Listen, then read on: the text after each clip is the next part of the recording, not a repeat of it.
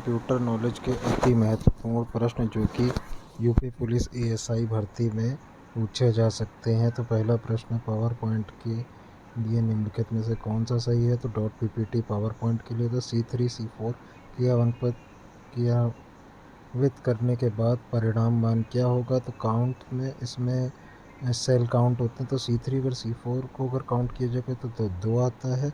MS word में hanging extension क्या था? MS वर्ड में पैराग्राफ की दूसरी और उसके बाद सभी पंक्तियों को इंटेंशन की वैल्यू पहली पंक्ति से अधिक होती है। इसमें MS वर्ड में हैंगिंग इंटेंशन होता है। माइक्रोसॉफ्ट वर्ड 2013 में निम्न में से कौन से में स्प्लिट सेल विकल्प शामिल है? तो इसमें लेआउट में स्प्लिट सेल विकल्प शामिल होता है। वर्ड में निम्न में से किन फंक्शन कुंजियों को दबाकर फाइंड एंड रिप्लेस का डायलॉग बॉक्स प्राप्त करता है? तो F5 को। निम्नलिखित में से किसका उपयोग करके वेब पेज का निर्माण किया जाए? HTML का।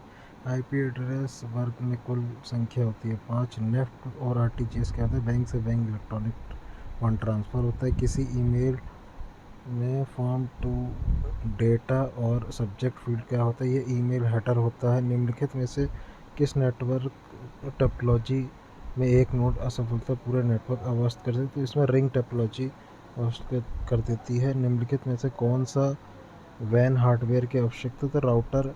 लैन के डेटा प्रेषण में प्रयुक्त होने वाली 4 प्रणालियाँ, तो उसमें फाइबर ऑप्टिक्स है। निम्न में से डेटा मापने की सबसे बड़ी इकाई क्या है? तो निम्न में से सबसे बड़ी डेटा नापने की इकाई है एक्साबाइट, उसके बाद आती है पेटाबाइट, फिर टेराबाइट, फिर गीगाबाइट।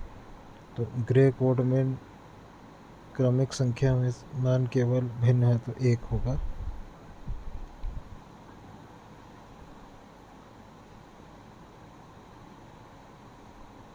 पारदर्शियों में उपयोगकर्ता आउटपुट के लिए, तो आउटपुट के लिए डॉक्यूमेंट डॉट राइट होता है।